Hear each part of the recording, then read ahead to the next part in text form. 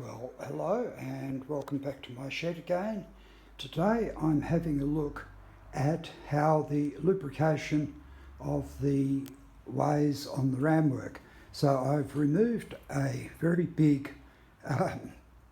metal gib and having a look at what's underneath.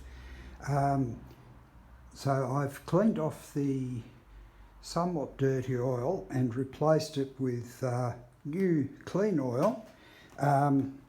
The chambers in the gib strip go down into these two little holes here, the two little holes in the middle, and the same bit further down, two little holes in the middle, and then there is a chamber.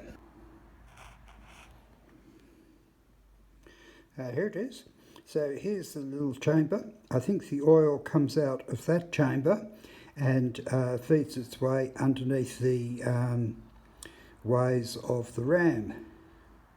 So that gives me at least a little bit of an idea of how it works. And looking at the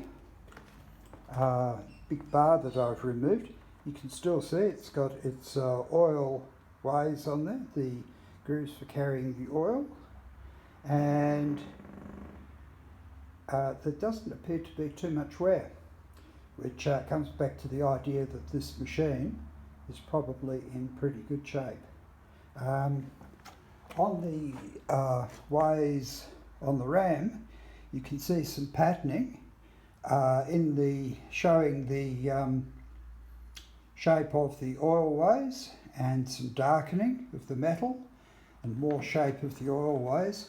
So I would say this has probably been sitting around for some time to get that sort of darkening and patination on it.